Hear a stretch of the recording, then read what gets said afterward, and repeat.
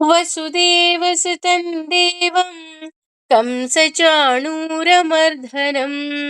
ದೇವಕೀ ಪರಮಾನಂದಂ ಕೃಷ್ಣಂ ವಂದೇ ಜಗದ್ಗುರುಂ ಶ್ರೀಕೃಷ್ಣಂ ವಂದೇ ಜಗದ್ಗುರುಂ. ಒಬ್ಬ ನಿಜವಾದ ಪ್ರೇಯಸಿ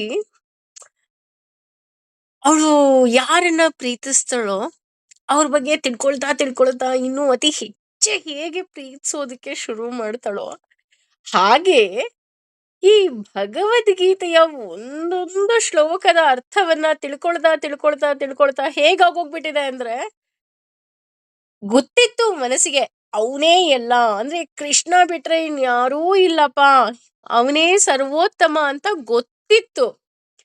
ಆದ್ರೆ ಈ ಮನಸ್ಸು ಈಗ ಹೇಗಾಗೋಗ್ಬಿಟ್ಟಿದೆ ಅಂತ ಅಂದ್ರೆ, ಕೃಷ್ಣ ಬಿಟ್ರೆ ಬೇರೆ ಏನೂ ಇಲ್ಲ ಅಂದ್ರೆ ಇನ್ನೂ ಜಾಸ್ತಿ ಲವ್ ಮಾಡೋದಿಕ್ ಶುರು ಮಾಡ್ಬಿಟ್ಟಿದೆ. ಇಲ್ಲಿ ಪ್ರೀತಿ ಅಂದ್ರೆ ಯಾಕೆ ಇಷ್ಟೊಂದು ಪ್ರೀತಿ ಬಗ್ಗೆ ಮಾತಾಡ್ತೀವಪ್ಪ ಅಂತ ಅಂದ್ರೆ, ಪ್ರೀತಿ ಇಸ್ ನಥಿಂಗ್ ಬಟ್ ಭಕ್ತಿ ಅಲ್ವಾ? ಭಯದಿಂದ ಭಕ್ತಿ ಬರಬಾರ್ದು ರೀ. ಅಯ್ಯೋ ಈ ದೇವ್ರ ಶಾಪ ಕೊಟ್ಬಿಡ್ತಾನೆ, ಹಾಗಾಗ್ಬಿಡುತ್ತೆ ಹೀಗಾಗ್ಬಿಡುತ್ತೆ ಅದಕ್ಕೆ ನಾನು ಪೂಜೆ ಮಾಡ್ತೀನಿ, ಇಲ್ಲ. ಅವನು ನನಗೋಸ್ಕರ ಎಲ್ಲ ಒಳ್ಳೇದನ್ನ ಮಾಡಿದಾನೆ, ಅದಕ್ಕೋಸ್ಕರ ನಾನು ಅವನನ್ನ ಪ್ರೀತಿಸ್ತೀನಿ, ನಾನು ಭಕ್ತಿಯನ್ನ ಮಾಡ್ತೀನಿ ಅಲ್ವಾ?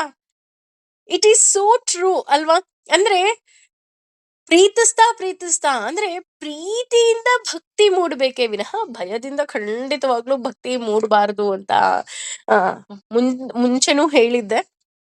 ಹಾಗೇನೆ ಈ ಭಗವದ್ಗೀತೆ ಅರ್ಥ ತಿಳ್ಕೊಳ್ತಾ ತಿಳ್ಕೊಳ್ತಾ ನಾನು ಆಗ್ಲೇ ಹೇಳ್ದ ಹಾಗೆ ಅವನನ್ನ ಇನ್ನೂ ಹೆಚ್ಚು ಪ್ರೀತಿಸೋದಿಕ್ಕೆ ಶುರು ಮಾಡ್ಬಿಟ್ಟಿದೀವಿ.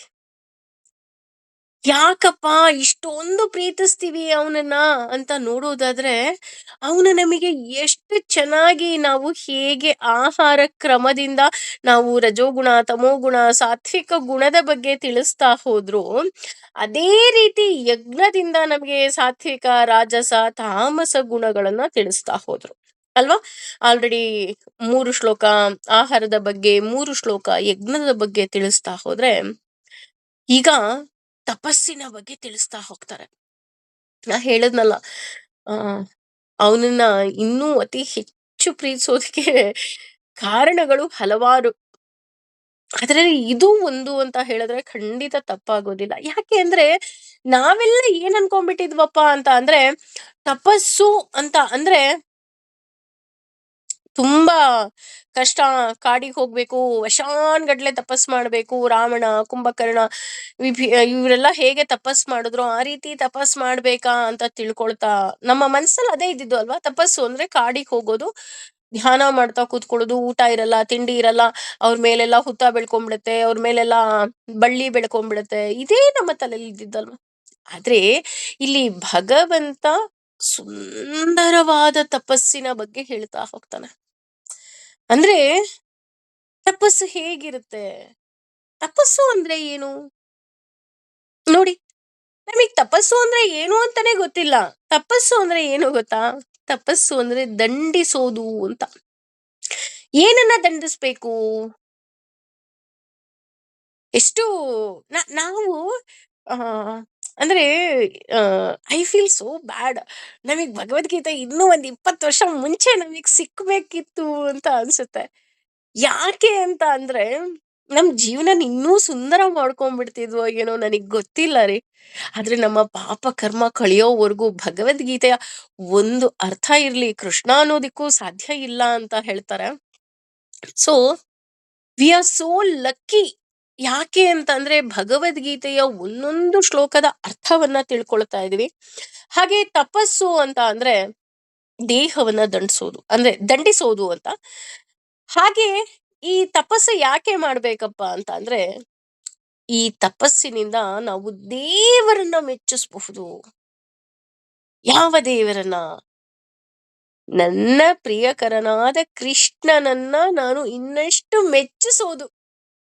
ಈಗ ಸಾಮಾನ್ಯ ಹೇಳದ್ನಲ್ಲ, ಪ್ರಿಯತಮೆ ಈ ಸೀರೆ ಉಟ್ಕೊಂಡ್ರೆ ತುಂಬಾ ಇಷ್ಟ ಆಗ್ಬೋದು, ಅಥವಾ ಈ ರೀತಿ ಹೇರ್ ಸ್ಟೈಲ್ ಮಾಡ್ಕೊಂಡ್ರೆ ಇಷ್ಟ ಆಗ್ಬೋದು. ಹೇಳಿರ್ತಾರೆ, "ನಿಂಗೆ ಈ ಹೇರ್ ಸ್ಟೈಲ್ ಚೆನ್ನಾಗ್ ಕಾಣುತ್ತೆ" ಅಂದ ತಕ್ಷಣ ನಾವು ಅವ್ರನ್ನ ನೋಡಕ್ ಹೋಗ್ಬೇಕಾರೆಲ್ಲ ಅದೇ ಹೇರ್ ಸ್ಟೈಲ್ ಮಾಡ್ಕೊಂಡು ಹೋಗ್ತೀವಿ. ಅಥವಾ ಅವ್ರಿಗೆ ಯಾವ ಕಲರ್ ಇಷ್ಟ ಆ ಕಲರ್ ಬಟ್ಟೆಯನ್ನ ಹಾಕೊಂಡು ಹೋಗ್ತೀವಿ. ಅಥವಾ ಅವ್ರಿಗೆ ಯಾವ ಊಟ ಇಷ್ಟ ಅದನ್ನ ತಯಾರಿಸೋದಕ್ಕೆ ನಾವು ಶುರು ಮಾಡ್ತೀವಿ. ಅಲ್ವಾ? ಹಾಗೇನೆ ಈ ತಪಸ್ಸನ್ನ ಬಗ್ಗೆ, ಅಂದ್ರೆ ತಪಸ್ಸು ಯಾಕೆ ಮಾಡ್ಬೇಕಂದ್ರೆ ಅವನನ್ನ ಮೆಚ್ಚಿಸೋದಿಕ್ಕೆ. ಅವನನ್ನ ಇನ್ನಷ್ಟು ಮತ್ತಷ್ಟು ಪ್ರೀತಿಸೋದಕ್ಕೆ ಅಂತ, ಅಂದ್ರೆ ಮೆಚ್ಚಿಸೋದಕ್ಕಿಂತ ಅನ್ನೋದಕ್ಕಿಂತ ಪ್ರೀತಿಸೋದಕ್ಕೆ ಅಂತ ಅಂದ್ರೆ ಬಹುಶಃ ತುಂಬಾ ಸುಂದರವಾದ ಪದ ಅಂತ ನನಗನ್ಸುತ್ತೆ. ಸರಿ, ಈಗ ದಂಡಸೋದು ಅಂತ ಅಂದ್ರೆ ಏನು ಅಂದ್ರೆ ಹಿಡಿತಕ್ಕೆ ತಗೊಳ್ಳೋದು ಅಂತ ಅರ್ಥ. ಯಾಕೆ ಅಂತ ಅಂದ್ರೆ ಸ್ಕೂಲಲ್ಲಿ ಮಾಸ್ಟ್ರು ಹೊಡಿತಾರೆ ಮಕ್ಳಿಗೆ, ದಂಡಿಸ್ತಾರೆ. ಯಾಕೆ ದಂಡಿಸ್ತಾರೆ? ಆ ಸ್ಟೂಡೆಂಟ್ಸ್ ಎಲ್ರನ್ನು ಅವ್ರ ಕಂಟ್ರೋಲಿಗೆ ತಗೊಂಡ್ರೆ ಅವ್ರು ಪಾಠ ಮಾಡೋದು ಮಕ್ಳಿಗೆ ಅರ್ಥ ಆಗುತ್ತೆ. ಇಲ್ಲ ಅಂತಂದ್ರೆ ಮಕ್ಳನ್ನ ಬಿಟ್ಬಿಟ್ರೆ ಏನಾಗೋಗುತ್ತೆ? ಆಟ ಆಡ್ತಿರ್ತಾರೆ, ಮೋಜು ಮಸ್ತಿ ಮಾಡ್ತಾ ಇರ್ತಾರೆ, ಅವ್ರ ಮನಸ್ಸು ಇನ್ನೆಲ್ಲೋ ಹೋಗಿರುತ್ತೆ. ಮಾಸ್ಟ್ರು ಮಾಡೋ ಪಾಠ ಅರ್ಥ ಆಗುತ್ತಾ? ಅರ್ಥ ಆಗೋದಿಲ್ಲ. ಹಾಗಾಗಿ ಗುರುಗಳು ಏನ್ ಮಾಡ್ತಾರೆ ಅಂದ್ರೆ ಶಿಷ್ಯರನ್ನ ದಂಡಿಸ್ತಾರೆ, ಹಿಡಿತಕ್ಕೆ ತಗೊಂತಾರೆ. First they will take control. ಅದೇ ರೀತಿ ಇಲ್ಲಿ ನಾವು 3 ವಿಧವಾದ ದಂಡನೆಗೆ ನಾವು ನಮಗೆ ಒಳಪಡಬೇಕು. ಯಾವುದು ಅಂದ್ರೆ ಮೊದಲನೇದು ದೇಹದ ದಂಡನೆ. ದೇಹವನ್ನ ದಂಡಿಸ್ಬೇಕು. ದೇಹವನ್ನ ಹೇಗೆ ದಂಡಿಸೋದು ಅಂತನೂ ಹೇಳ್ತಾ ಹೋಗ್ತಾರೆ. ಎರಡನೆಯದು ನಮ್ಮ ಮಾತು. ಯಾಕೆ ಅಂತ ಅಂದ್ರೆ ಮಾತಾಡಿದ್ರೆ ಹೋಯ್ತು, ಮುತ್ತು ಒಡೆದ್ರೆ ಹೋಯ್ತು ಅಂತ ಹೇಳ್ತಾರೆ. ಈ ರೀತಿ ಎರಡನೆಯದು ಮಾತು. ಮೂರನೆಯದು ಮನಸ್ಸು. ನೋಡಿ, ನಾವು ತಪಸ್ಸು ಅಂದ್ರೆ ಕೇವಲ ಕಾಡಿಗೆ ಹೋಗೋದಷ್ಟೇ ನಮ್ಮ ತಲೆಯಲ್ಲಿತ್ತು ಅಲ್ವಾ? ನಮಗೂ ಗೊತ್ತು, ಬುದ್ಧ ತಪಸ್ಸು ಮಾಡ್ಬೇಕಾರೆ ಬಸವನ ಹುಳ ಎಲ್ಲ ಹೋಗಿ ಅವನ ತಲೆ ಮೇಲೆ ಕೂತ್ಕೊಂಡಿತ್ತು, ಅವನ್ನ ಶಾಂತವಾಗಿ ಇಟ್ಟಿತ್ತು ಅಂತ ಎಲ್ಲ ನಾವು ತಿಳ್ಕೊಳ್ತಾ ಹೋಗ್ತೀವಿ. ಅದೇ ರೀತಿ ನಾವು ಭಗವಂತನನ್ನ ಮೆಚ್ಚಿಸ್ಬೇಕು, ಅವನನ್ನ ನಾನು ಇನ್ನಷ್ಟು ಪ್ರೀತಿಸ್ಬೇಕು ಅಂದ್ರೆ 3 ರೀತಿಯಾದಂತಹ ತಪಸ್ಸನ್ನ ಮಾಡಬೇಕು. ಅದು ಯಾವ್ಯಾವುದು ಅಂದ್ರೆ ದೇಹದ ತಪಸ್ಸು, ಮಾತಿನ ತಪಸ್ಸು ಮತ್ತು ಮನಸ್ಸಿನ ತಪಸ್ಸು. ಇದನ್ನೇ ಕಾಯ, ವಾಚ, ಮನಸ.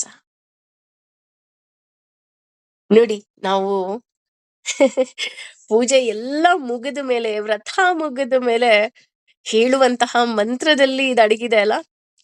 ಕಾಯೇನ ವಾಚಾ ಮನಸೇಂದ್ರಿಯೈರ್ವಾ ಬುದ್ಧ್ಯಾತ್ಮನಾ ವಾ ಪ್ರಕೃತಿ ಸ್ವಭಾವಾತ್ ಕರೋಮಿ ಯದ್ಯತ್ ಸಕಲಂ ಪರಸ್ಮೈ ನಾರಾಯಣಾಯೇತಿ ಸಮರ್ಪಯಾಮಿ.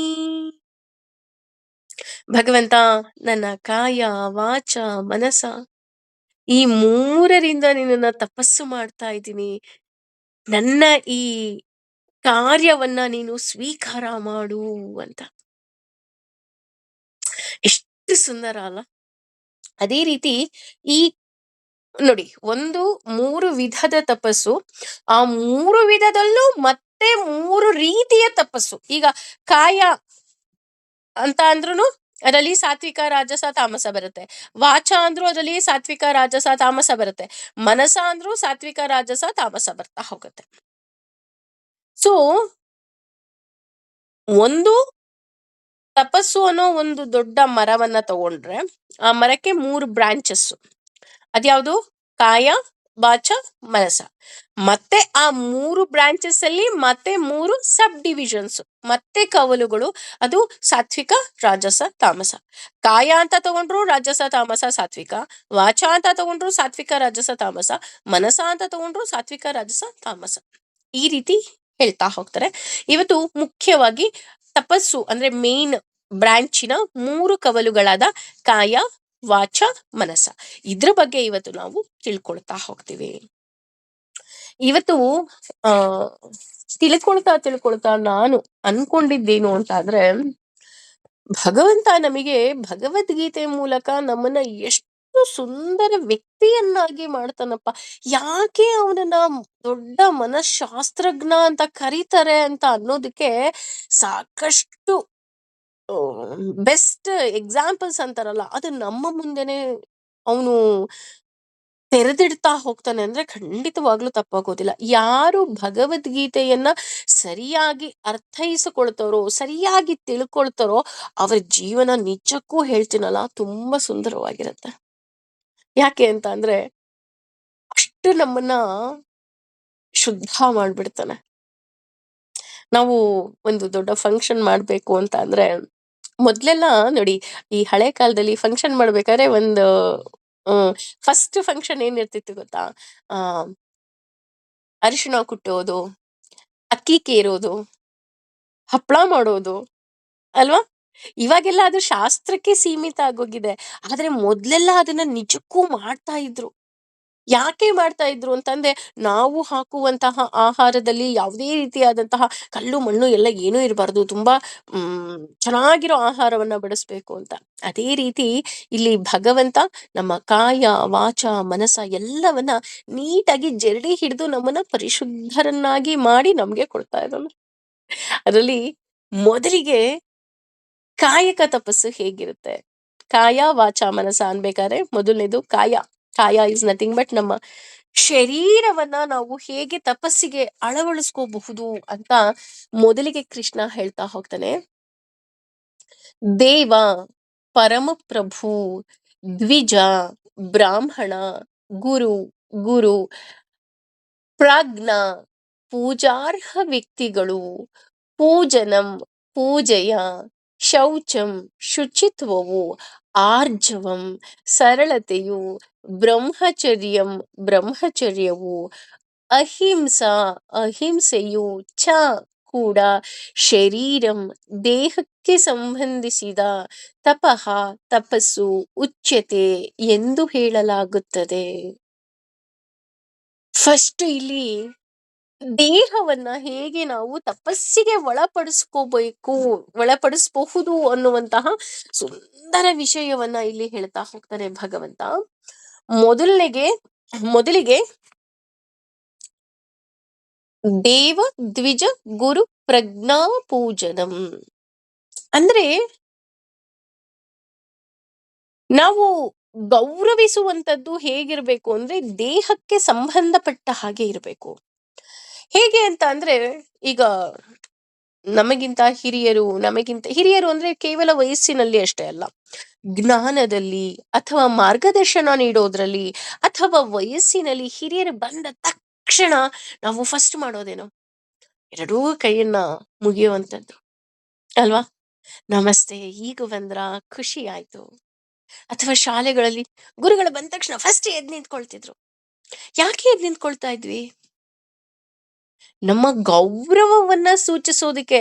ಈಗ ನಾವ್ ನಿಂತ್ಕೊಳ್ಳಿಲ್ಲ ಅಂದ್ರೆ ಗುರುಗಳೇನ್ ಬರಲ್ಲಪ್ಪ, ಪಾಠ ಮಾಡಲ್ಲಪ್ಪ ಅಂತ ಹೇಳಲ್ಲ. ಅವ್ರು ಬರ್ತಾರೆ, ಪಾಠ ಮಾಡ್ತಾರೆ, ಹೋಗ್ತಾರೆ. ಬಟ್ ಸ್ಟಿಲ್ ನಾವು ಕುತ್ಕೊಂಡಿದ್ರೆ ಫಸ್ಟ್ ನಿಂತ್ಕೊಳ್ತೀವಿ. ಯಾಕೆ ಅಂದ್ರೆ ಅದು ಗೌರವ ತೋರ್ಸೋದಿಕ್ಕೆ. ಅದೇ ರೀತಿ ಇಲ್ಲಿ ಮೊದಲಿಗೆ ಹೇಳೋದು ದೇವ ಅಂದ್ರೆ ದೇವ್ರು. ದೇವರಿಗೆ ನಾವು ಹೇಗೆ ಗೌರವವನ್ನ ತೋರಿಸ್ಬೇಕು, ಹೇಗೆ ತಪಸ್ಸನ್ನ ಮಾಡ್ಬೇಕು ಅಂದ್ರೆ ಮೊದಲು ನಮಸ್ಕಾರ ಮಾಡೋದು.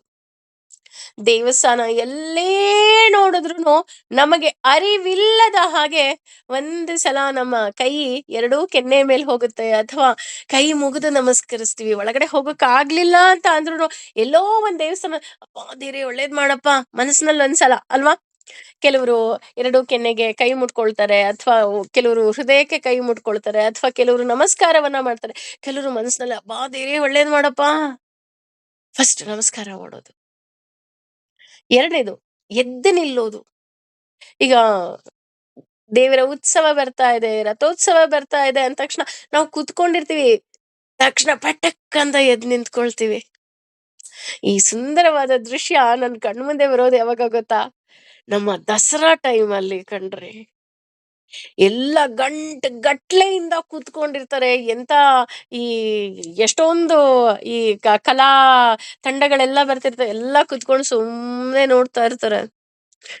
ಇನ್ನೇನು ಅಂಬಾರಿ ಹೊತ್ತ ಆ ಆನೆ ಬಂತು ಅಂತ ಇನ್ನು ನಮ್ ಕಣ್ಣಿಗೆ ಇನ್ನು ದೂರ ಇರುತ್ತೆ. ಆಗ್ಲೇ ಎದ್ದು ನಿಂತ್ಕೊಂಡ್ಬಿಡ್ತೀವಿ. ಅಮ್ಮಾ ತಾಯಿ ನನ್ನನ್ನ ಕಾಪಾಡಮ್ಮ. ಅದ್ರಲ್ಲೂ ಮೈಸೂರಿನವ್ರಿಗೆ ವಿಶೇಷವಾದ ಪ್ರೀತಿ ನಮ್ಮ ಚಾಮುಂಡಿಯನ್ನ ಕಂಡ್ರೆ ಅಲ್ವಾ? ಎಷ್ಟು ಲಕ್ಷಾಂತರ ಜನ ಇರ್ತಾರೆ. ಜಾತಿ, ಧರ್ಮ, ಮತ ಏನೂ ನೋಡೋದಿಲ್ಲ. ಎಲ್ರೂ ಎದ್ದು ನಿಂತ್ಕೊಂಡು ಫಸ್ಟ್ ಕೈ ಮುಗಿತಾರೆ ಅಲ್ವಾ? ಈ ಸುಂದರವಾದ ದೃಶ್ಯವನ್ನ ನಾವು ನೋಡೇ ಇರ್ತೀವಿ ಅಲ್ವಾ? ಅಥವಾ ರಥೋತ್ಸವ, ರಥ ಬರ್ತಾ ಇದೆ ಅನ್ಬೇಕಾದ್ರೆ ಯಾರಾದ್ರೂ ಕುತ್ಕೊಳ್ತೀವಾ? ಕುತ್ಕೊಳ್ಳಲ್ಲ. ಫಸ್ಟ್ ಎದ್ದು ನಿಂತ್ಕೊಳ್ತೀವಿ. ಅದೇ ರೀತಿ ಕೆಲವೊಮ್ಮೆ ಸೇವೆಯನ್ನ ಮಾಡೋದು. ಸೇವೆ ಮಾಡೋದು ಅಂದ ತಕ್ಷಣ ಅಲ್ಲಿ ಬೋರ್ಡ್ ಮೇಲೆ ಬರ್ದಿರ್ತಾರೆ, ಅರ್ಚನೆ ₹50, ಅಭಿಷೇಕ ₹250, ಇನ್ನೊಂದು ಮತ್ತೊಂದು ಸಾವಿರಾರು ರೂಪಾಯಿ ಎಲ್ಲ ಬರ್ದಿರ್ತಾರೆ. ಆ ರೀತಿ ದುಡ್ಡು ಕೊಟ್ಟು ಸೇವೆ ಮಾಡೋದಾ? ಖಂಡಿತ ಇಲ್ಲ. ಸೇವೆ ಅಂತ ಅಂದ್ರೆ ಕೆಲವರು ಮಾಡ್ತಾರೆ. ದೇವಸ್ಥಾನಕ್ಕೆ ಹೋದಾಗ ಕಸ ಗುಡಿಸ್ತಾರೆ, ದೇವಸ್ಥಾನಕ್ಕೆ ಹೋದಾಗ ರಂಗೋಲಿಯನ್ನ ಹಾಕ್ತಾರೆ. ಇನ್ನೂ ಕೆಲವರು ದೇವಸ್ಥಾನಕ್ಕೆ ಹೋದಾಗ ಪ್ರಸಾದವನ್ನ ಪ್ಯಾಕ್ ಮಾಡ್ತಾರೆ ಅಥವಾ ಊಟವನ್ನ ಬಡಿಸ್ತಾರೆ ಅಲ್ವಾ? ಸಾಮಾನ್ಯವಾಗಿ ನಾವು ಮಂತ್ರಾಲಯಕ್ಕೆ ಎಲ್ಲ ಹೋದಾಗ ಪ್ರಸಾದ ಪ್ಯಾಕ್ ಮಾಡಕ್ ಬರ್ತೀರಾ ಅಂತ ಅಂದ್ರೆ ಸಾಕು, ಎಲ್ಲ ಓಡೋಗ್ಬಿಡ್ತಾರೆ. ಯಾಕೆ? ನನ್ನ ಕಡೆಯಿಂದ ಭಗವಂತನಿಗೆ ಒಂದು ಸೇವೆಯಪ್ಪ. ಅಂದ್ರೆ ದೈಹಿಕವಾಗಿ ಕೆಲಸ ಮಾಡೋದು. ಈಗ ಏನೋ ಒಂದು ಸಮಾರಂಭ ನಡೀತಾ ಇರುತ್ತೆ, ಏನೋ ಒಂದು ಅಲ್ಲಿ ಉತ್ಸವ ನಡೀತಾ ಇರುತ್ತೆ. ಅವಾಗ ಏನ್ ಮಾಡ್ತೀವಿ? ನಾವು ಹೋಗಿ ನಮ್ಮ ಕೈಲಾದ ಸಹಾಯ, ತುಳಸಿ ಬಿಡ್ಸೋದಿರ್ಬೋದು, ಕ್ಲೀನ್ ಮಾಡೋದಿರ್ಬೋದು, ಊಟ ಬಡಿಸೋದಿರ್ಬೋದು. ನಮ್ಮ ಕೈಲಿ ಏನಾಗುತ್ತೋ ಅದು ದೈಹಿಕವಾಗಿ ಸೇವೆ ಮಾಡೋದು. ನೀವು ಹೋಗಿ ದುಡ್ಡು ಕೊಡೋದಲ್ಲ. ಭಗವಂತನ ಸೇವೆ ಅಂದ್ರೆ ಏನು? ನಾವು ಕೆಲಸ ಮಾಡಬೇಕು. ಇಲ್ಲಿ ನಿಜಕ್ಕೂ ಸಹ ನನಗೆ ನೆನಪಿಗೆ ಬರೋದು ಸುಧಾಮೂರ್ತಿ ಅವರು. ಎಷ್ಟು ದೊಡ್ಡ ವ್ಯಕ್ತಿತ್ವ ಅಲ್ವಾ? ಅವರು ನಿಜಕ್ಕೂ ಸಹ ದೇವಸ್ಥಾನಕ್ಕೆ ಹೋದ್ರೆ ಅವ್ರು ಸೇವೆ ಮಾಡ್ತಾರೆ. ಯಾವ ರೀತಿ ಸೇವೆ ಮಾಡ್ತಾರೆ? ತರಕಾರಿ ಹೆಚ್ಚೋ ಮೂಲಕ, ಹೂ ಕಟ್ಟೋ ಮೂಲಕ ಅಲ್ವಾ? ಇದೆಲ್ಲವುದು ಸೇವೆ ಇದು. ನಾವೇನ್ ಅನ್ಕೊಂತೀವಿ ದುಡ್ಡಿದ್ರೆ ಮಾತ್ರ ಸೇವೆ ಅನ್ಕೊಂಡ್ಬಿಟ್ಟಿದೀವಿ. ಖಂಡಿತ ಇಲ್ಲ. ದುಡ್ಡಿದ್ರೆ ಮಾತ್ರ ಸೇವೆ ಅಲ್ಲ. ಶಾರೀರಿಕವಾಗಿ ನಾವು ತಪಸ್ಸು ಮಾಡ್ಬೇಕು. ಅದೇ ರೀತಿ ಈಗ ಉದಾಹರಣೆ ಹಸು ಇದೆ.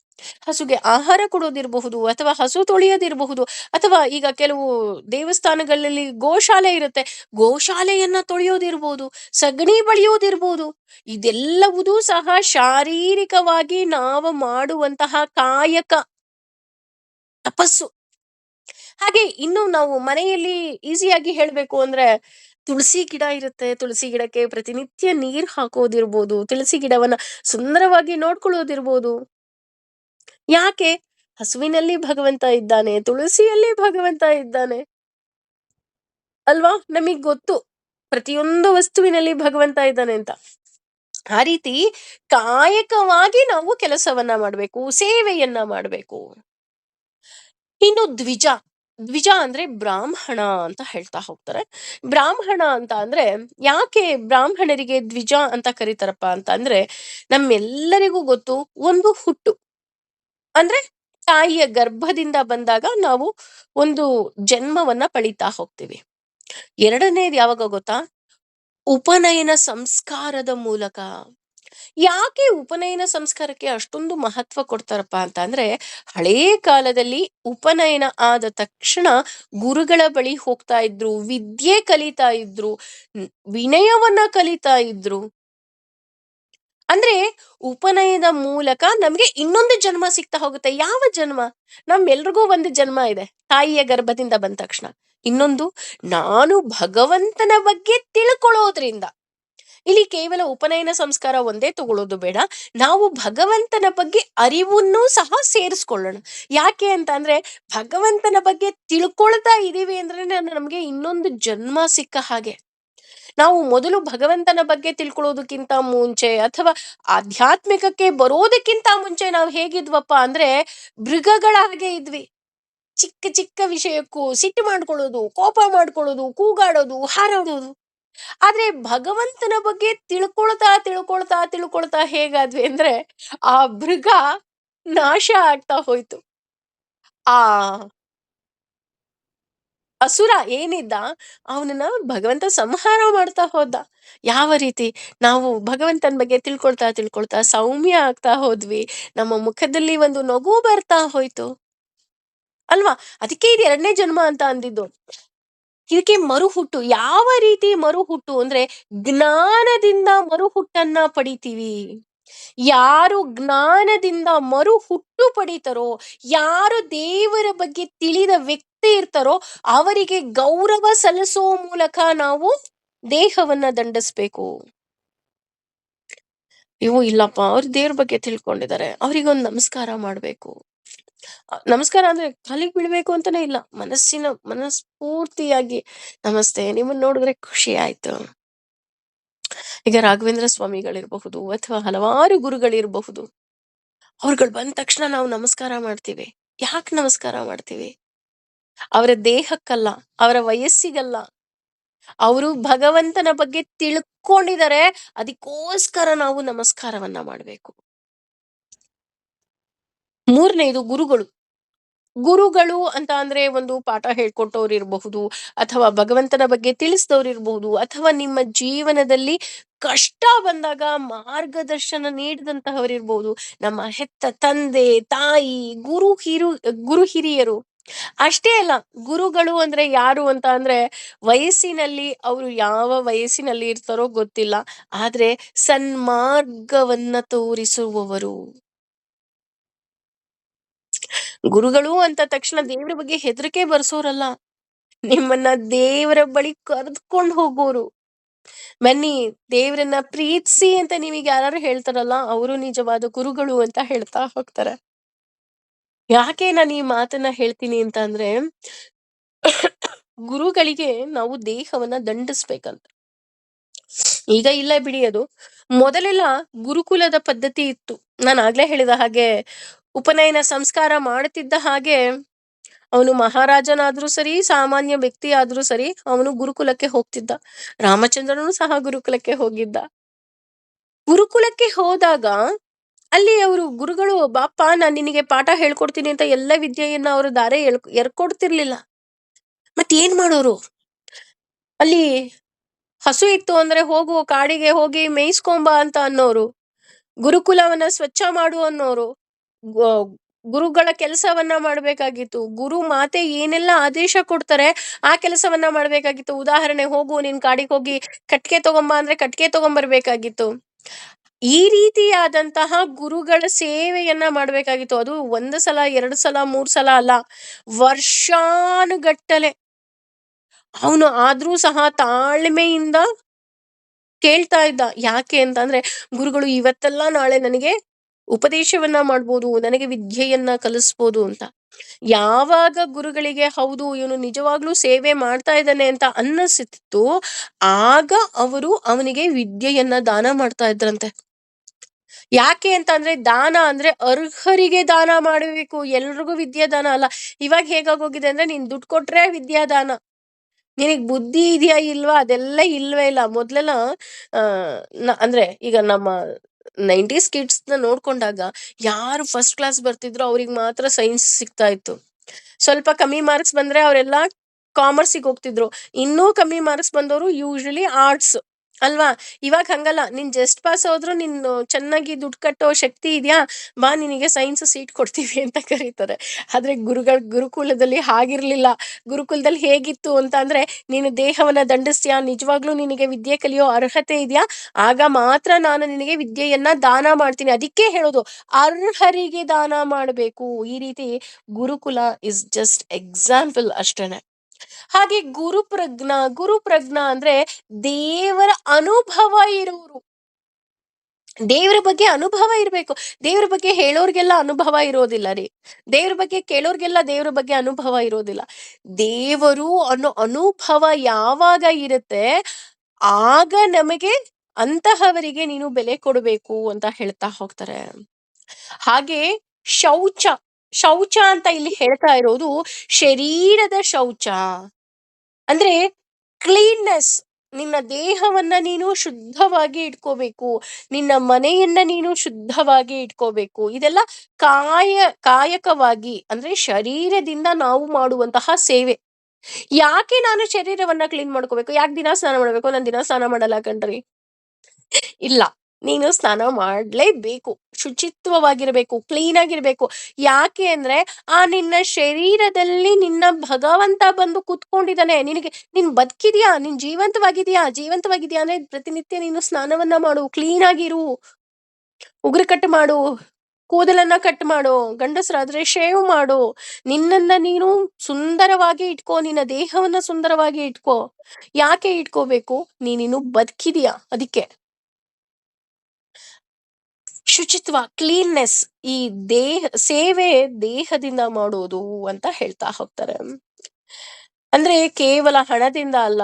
ಈಗ ನಾವು ಮಾಡುವಂತಹ ಸೇವೆಗಳು ಹೇಗಿರ್ಬೇಕಪ್ಪ ಅಂದ್ರೆ ಬಿಳಿಯ ಬಟ್ಟೆ ಹಾಗಿರ್ಬೇಕು ಅಂತ ಹೇಳ್ತಾ ಹೋಗ್ತಾರೆ. ತುಂಬಾ ಜನ ವೈಟ್ ಡ್ರೆಸ್‌ನ ಇಷ್ಟಪಡಲ್ಲ. ಯಾಕೆಂದ್ರೆ ಕೊಳೆ ಆಗೋಗ್ಬಿಡತ್ತೆ ಅಂತ. ಅಲ್ಲ, ನಾನಷ್ಟು ಕ್ಲೀನ್ ಆಗಿರ್ತೀನಿ. ನಾನದನ್ನ ಹಾಕೊಳ್ಳೋ ಕೆಪಾಸಿಟಿ ನನಗಿದೆ ಅಂತ ನಾವು ತೋರಿಸ್ಬೇಕಂತೆ. ಹಾಗಾಗಿ ಶರೀರದ ಶುದ್ಧಿಯ ಬಗ್ಗೆ ಇಲ್ಲಿ ಭಗವಂತ ಹೇಳ್ತಾ ಹೋಗ್ತಾನೆ.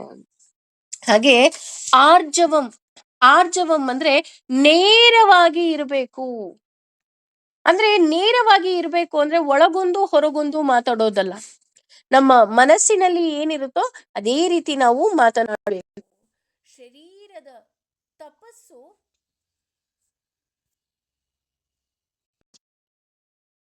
ಶರೀರದ ತಪಸ್ಸು ಅಂದ್ರೆ ತನ್ನನ್ನ ತಾನು ಅಳವಡಿಸ್ಕೋಬೇಕು. ಈಗ ಉದಾಹರಣೆ, ಈಗ ಭಗವದ್ಗೀತೆಯಲ್ಲಿ ನಾವು ಏನೆಲ್ಲ ಹೇಳ್ತಾ ಇದ್ದೀವಿ ಅದನ್ನ ನಾವು ನಮ್ಮ ಜೀವನದಲ್ಲಿ ಅಳವಡಿಸ್ಕೋಬೇಕು. ಉದಾಹರಣೆ ಹೇಳ್ಬೇಕು ಅಂದ್ರೆ ನಮ್ಮೆಲ್ಲರಿಗೂ ಗೊತ್ತು ಶಂಕರಾಚಾರ್ಯರ ಕತೆ ಅಲ್ವಾ? ಅವರ ಬಳಿ ಒಂದು ಹೆಂಗಸು ಹೋಗಿ ಹೇಳ್ತಾಳೆ, ನನ್ನ ಮಗ ತುಂಬಾ ಬೆಲ್ಲ ತಿಂತಾನೆ, ದಯವಿಟ್ಟು ಇವನಿಗೆ ಬೆಲ್ಲ ತಿನ್ನೋದನ್ನ ನಿಲ್ಲಿಸ್ಬಿಡಿ. ನೀವು ಯಾರಿಗೆ ಏನ್ ಹೇಳ್ತಿರೋ ಅದನ್ನೆಲ್ಲ ಕೇಳ್ತಾರಂತೆ, ಹಂಗೆ ನನ್ನ ಮಗಂಗೂ ಒಂಚೂರು ಬೆಲ್ಲ ತಿನ್ಬೇಡ ಅಂತ ಹೇಳ್ತೀರಾ ಅಂತ ಹೇಳ್ತಾರೆ. ಆಗ ಅವ್ರು ಹೇಳ್ತಾರೆ, ಇಲ್ಲ ಅಮ್ಮ, ನೀನೊಂದ್ ಕೆಲ್ಸ ಮಾಡು, 15 ದಿನ ಬಿಟ್ಬಿಟ್ ಬಾ ಅಂತ ಹೇಳ್ತಾರೆ. 15 ದಿನ ಬಿಟ್ಟು ಬಂದ ಮೇಲೆ ಅವ್ರ ಮಗಂಗ್ ಹೇಳ್ತಾರೆ ಶಂಕರಾಚಾರ್ಯರು, ನೀನು ಬೆಲ್ಲ ತಿನ್ಬೇಡ ಅಂತ ಹೇಳ್ತಾರೆ.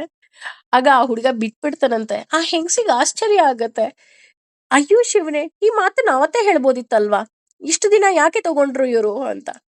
ಆಗ ಶಂಕರಾಚಾರ್ಯರು ಹೇಳ್ತಾರಂತೆ, ನಾನ್ ಬೆಲ್ಲ ತಿಂತಿದ್ದೆ, ಮೊದಲು 15 ದಿನ ನಾನು ಬೆಲ್ಲ ತಿನ್ನೋದನ್ನ ಬಿಟ್ಟು ಆಮೇಲೆ ಅವನಿಗೆ ಹೇಳ್ತಾ ಇದ್ದೀನಿ. ಅಂದ್ರೆ ನಾವ್ ಯಾರಿಗೆ ಏನಾದ್ರೂ ಒಂದು ಬುದ್ಧಿವಾದ ಹೇಳ್ತಾ ಇದೀವಿ ಅಂತ ಅಂದ್ರೆ ಅಲ್ಲಿಗೆ ಅರ್ಥ ನಾವು ಅದನ್ನ ಅಳವಡಿಸ್ಕೊಂಡಿರ್ಬೇಕು.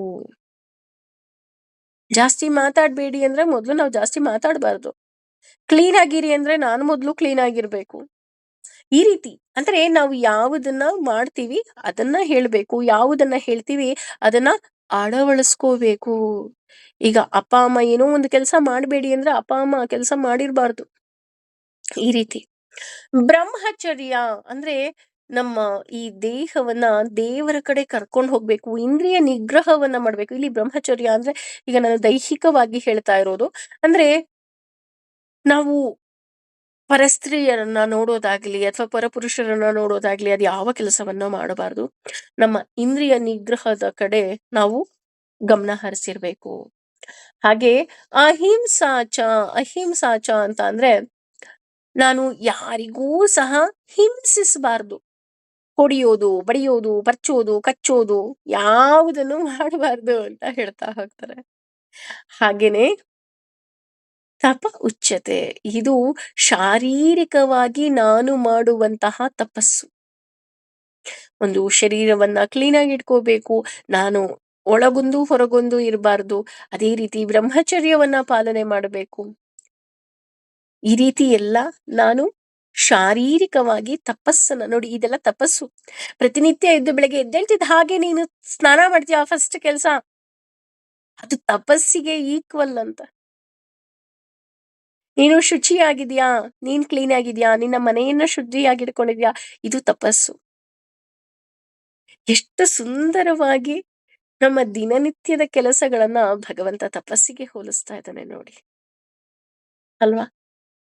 ಇನ್ನು ಮುಂದೆ ವಾಚಿಕ ತಪಸ್ಸು ಅಂದ್ರೆ ನಮ್ಮ ಮಾತು ಹೇಗಿರ್ಬೇಕು ಅಂತ ಹೇಳ್ತಾ ಹೋಗ್ತಾನೆ ಭಗವಂತ.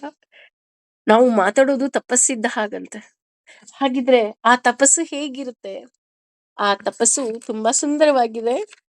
ಅನುದ್ವೇಗಕರಂ, ಉದ್ವೇಗಕರವಲ್ಲದ ವಾಕ್ಯಂ, ಮಾತುಗಳನ್ನ, ಸತ್ಯಂ, ಸತ್ಯವಾದ, ಪ್ರಿಯವಾದ, ಹಿತಂ, ಹಿತಕರವಾದ, ಚ ಕೂಡ, ಯತ್ ಯಾವುದು, ಪ್ರಾಧಾವ್ಯ ಅಂದ್ರೆ ವೇದವ್ಯವಾದ, ಅಭ್ಯಾಸಂ ಅಭ್ಯಾಸವು, ಚ ಕೂಡ, ಏವ ಖಂಡಿತವಾಗಿಯೂ, ವಾಕ್ ಮಯಂ ಮಾತುಗಳು, ತಪಃ ತಪಸ್ಸು ಉಚ್ಯತೆ ಎಂದು ಹೇಳಲಾಗಿದೆ. ಅಂದ್ರೆ ಇಲ್ಲಿ ಮಾತಿನ ಬಗ್ಗೆ ಹೇಳ್ತಾ ಹೋಗ್ತಾನೆ ಭಗವಂತ. 11 ಇಂದ್ರಿಯಗಳು ನಮಗೆ ಗೊತ್ತು. 5 ಕರ್ಮೇಂದ್ರಿಯ, 5 ಜ್ಞಾನೇಂದ್ರಿಯ, ಒಂದು ಬುದ್ಧಿಯುಕ್ತ ಮನಸ್ಸು ಅಂತ ನಾವು ಆಲ್ರೆಡಿ ತಿಳ್ಕೊಂಡ್ಬಿಟ್ಟಿದೀವಿ. ಅದ್ರಲ್ಲಿ ಮಾತಿಗೆ ತುಂಬಾ ಬೆಲೆ ಇದೆ ರೀ. ನಾವು ಕೃಷ್ಣನ ಕಥೆಯನ್ನ ಕೇಳಿದಾಗ, ಕೃಷ್ಣನ ಬಾಲ ಲೀಲೆಯನ್ನ ನೋಡಿದಾಗ, ಮೊದಲ ಲೀಲೆಯಾಗಿ ನಮ್ಮ ಕಣ್ಮುಂದೆ ಬರೋದು ತಾಯಿಗೆ ಬಾಯಲ್ಲೇ ಜಗವನ್ನೇ ತೋರಿದ ಅಂತ ಅಲ್ವಾ? ಕೃಷ್ಣ ಅಂದ ತಕ್ಷಣ ನಮ್ ಕಣ್ಮುಂದೆ ಬಂದ್ಬಿಡತ್ತದು. ಬ್ರಹ್ಮಾಂಡವನ್ನೇ ಬಾಯಲ್ಲಿ ತಾಯಿಗೆ ತೋರಿಸ್ಬಿಟ್ನಂತೆ ಅಂತ. ಇದನ್ನ 2 ಅರ್ಥದಲ್ಲಿ ನಾವು ಅರ್ಥೈಸ್ಕೋಬಹುದು. ಒಂದು, ಸರ್ವಸ್ವವೂ ಸಹ ಭಗವಂತನಲ್ಲಿ ಅಡಗಿದೆ ಅನ್ನೋದ್ರ ಜೊತೆಗೆ ಸರ್ವಸ್ವವೂ ನಮ್ಮ ಬಾಯಿಯಲ್ಲೇ ಅಡಗಿದೆ.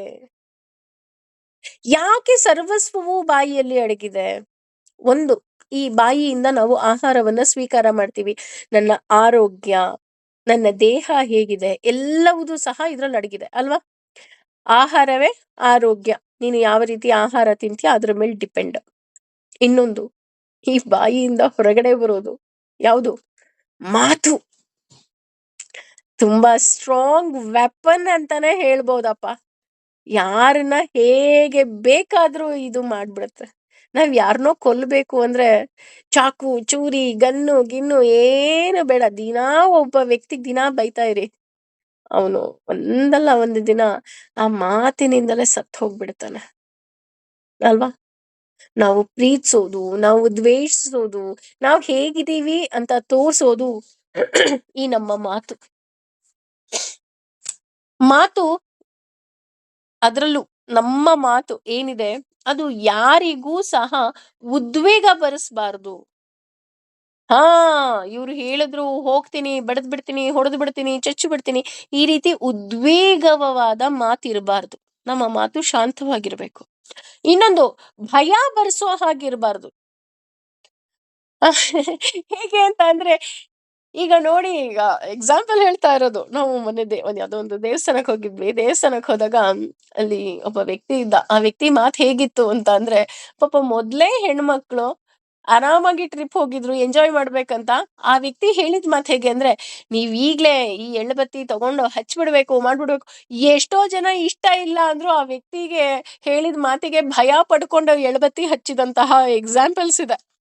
ಅಂದ್ರೆ ನಾವ್ ಯಾರಿಗೂ ಸಹ ನಮ್ಮ ಮಾತಿನಿಂದ ಭಯ ಬರಿಸ್ಬಾರ್ದು. ಅದಕ್ಕೆ ಹೇಳಿದ್ದು, ಭಕ್ತಿ ಅಂದ್ರೆ ಪ್ರೀತಿಯಿಂದ ಬರ್ಬೇಕೇ ವಿನಃ ಭಯದಿಂದ ಖಂಡಿತವಾಗ್ಲೂ ಬರಬಾರ್ದು. ಅದೇ ರೀತಿ ಇಲ್ಲಿ ಹೇಳ್ತಾ ಹೋಗ್ತಾರೆ, ಈ ಮಾತೇನಿದೆ ಇದು 2 ರೀತಿ ಇದೆ. ಒಂದು, ನಾನು ಹೇಳ್ದ ಹಾಗೆ ಉದ್ವೇಗ ಬರಿಸ್ಬಾರ್ದು, ಭಯ ಬರಿಸ್ಬಾರ್ದು. ಒಂದು ನಮ್ಮ ಮಾತು. ಇನ್ನೊಂದು, ಎರಡನೆಯದು, ನಾವು ಆಡುವ ಮಾತಿನಲ್ಲಿ ನಾನೂ ಉದ್ವೇಗದಲ್ಲಿ ಇರಬಾರ್ದು. ನನ್ನ ಮಾತಿನಲ್ಲಿ ಭಯ, ಸಿಟ್ಟು, ಕೋಪ ಯಾವುದು ಇರಬಾರ್ದು. ಉದಾಹರಣೆ, ಈಗ ಒಂದು ಆಕ್ಸಿಡೆಂಟ್ ಆಗಿದೆ ಅಂತ ಅನ್ಕೊಳ್ಳೋಣ. ಈಗ ನಮಗೆ ತುಂಬಾ ಪರಿಚಯ ಇರೋರೆ, ಅವರ ಮಗನಿಗೆ ಒಂದು ಆಕ್ಸಿಡೆಂಟ್ ಆಗೋಗ್ಬಿಟ್ಟಿದೆ. ಆಕ್ಸಿಡೆಂಟ್ ಆದಾಗ ನಾವು ಫೋನ್ ಮಾಡ್ಬಿಟ್ಟು ಏನ್ ಮಾಡ್ತೀವಿ? ಅಯ್ಯೋ, ನಿಮಗೆ ಗೊತ್ತೇನ್ರಿ, ನಿಮ್ ಮಗಂಗ್ ಆಕ್ಸಿಡೆಂಟ್ ಆಗೋಯ್ತು, ಹಂಗಾಗೋಯ್ತು, ಹಿಂಗಾಗೋಯ್ತು. ಪಾಪ ಅಲ್ಲಿ ಫೋನ್ ರಿಸೀವ್ ಮಾಡಿರ್ತಾರಲ್ಲ, ಅವ್ರಿಗೆಲ್ಲ ಆಲ್ರೆಡಿ ಹಾರ್ಟ್ ಅಟ್ಯಾಕ್ ಬರೆಸ್ಬಿಡ್ತಾರೆ ಕೆಲವರು. ಆ ರೀತಿ ಅಲ್ಲ. ಫೋನ್ ಮಾಡಿದ ತಕ್ಷಣ ಹೇಗಿದ್ದೀರಾ? ಚೆನ್ನಾಗಿದ್ದೀರಾ?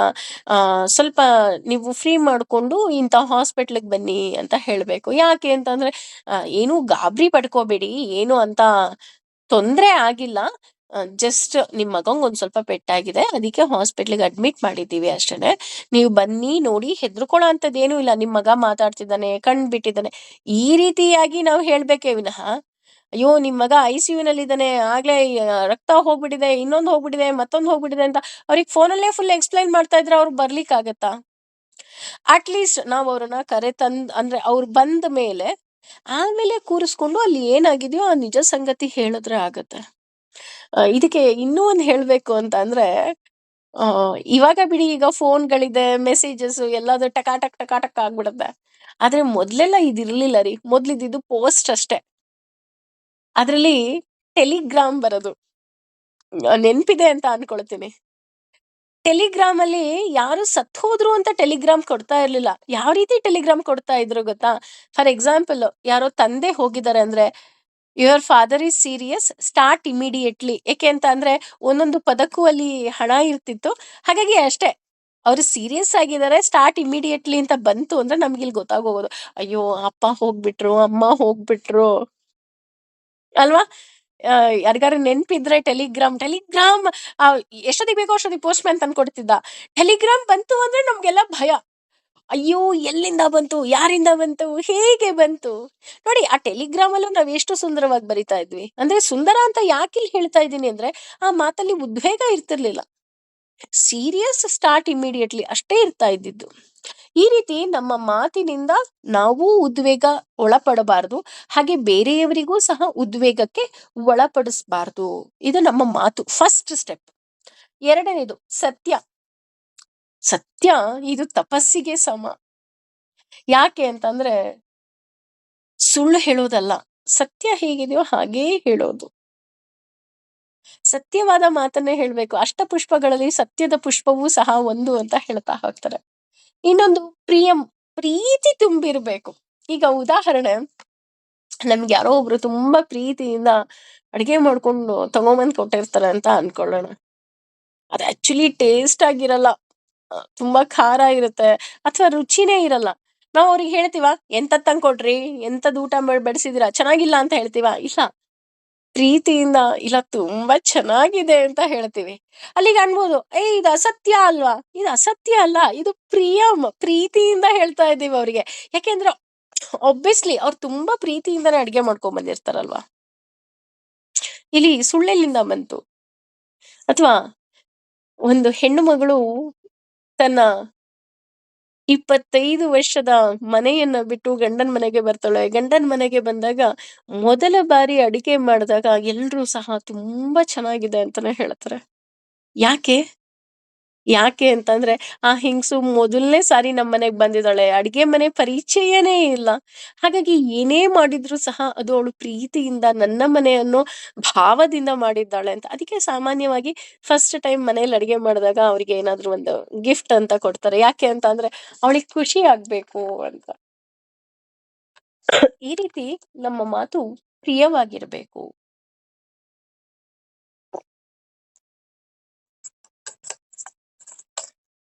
ಹಾಗೆ ಹಿತಕರವಾಗಿರ್ಬೇಕು. ಹಿತ ಅಂತ ಅಂದ್ರೆ ಅವ್ರು ಮುಂದೊಂದು ದಿನ ನಮ್ಮ ಮಾತನ್ನ ನೆನ್ಪಿಟ್ಕೊಳ್ಳೋ ಹಾಗಿರ್ಬೇಕಂತ. ಅಂದ್ರೆ ಇಲ್ಲಪ್ಪ, ನನಗ್ ಅವ್ರು ಏನೋ ಒಂದು ಮಾತು ಹೇಳಿದ್ರು, ಅದರಿಂದ ನನ್ ಜೀವನ ಬದ್ಲಾಯ್ತು. ನಾವು ಇಲ್ಲ ಅಂದ್ರೂ ನಮ್ಮ ಮಾತು ಅವರ ಮನಸ್ಸಲ್ಲಿ ಅಷ್ಟು ಪರಿಣಾಮ ಬೀರ್ಬೇಕಂತ. ಯಾವ ರೀತಿ? ಒಳ್ಳೆಯ ರೀತಿಯಲ್ಲಿ. ಅಯ್ಯೋ ಇಲ್ಲಪ್ಪ, ಅವ್ರಿದ್ರು, ಅವ್ರ ಮಾತು ಕೇಳಕ್ಕೇ ಚಂದ ರೀ. ಹಾಗೇನೆ ತೂಕದ ಮಾತಾಗಿರ್ಬೇಕು. ಸುಮ್ನೆ ಮಾತಾಡೋದಲ್ಲ. ತೂಕ ಇರ್ಬೇಕು ಆ ಮಾತಲ್ಲಿ. ಅದಕ್ಕೆ ನೋಡಿ ನಮ್ಮ ಹಿರಿಯರು ಹೇಳ್ತಾ ಇದ್ರು, ಮಾತಾಡಿದ್ರೆ ಹೋಯ್ತು, ಮುತ್ತು ಒಡೆದ್ರೆ ಹೋಯ್ತು. ಯಾಕೆ?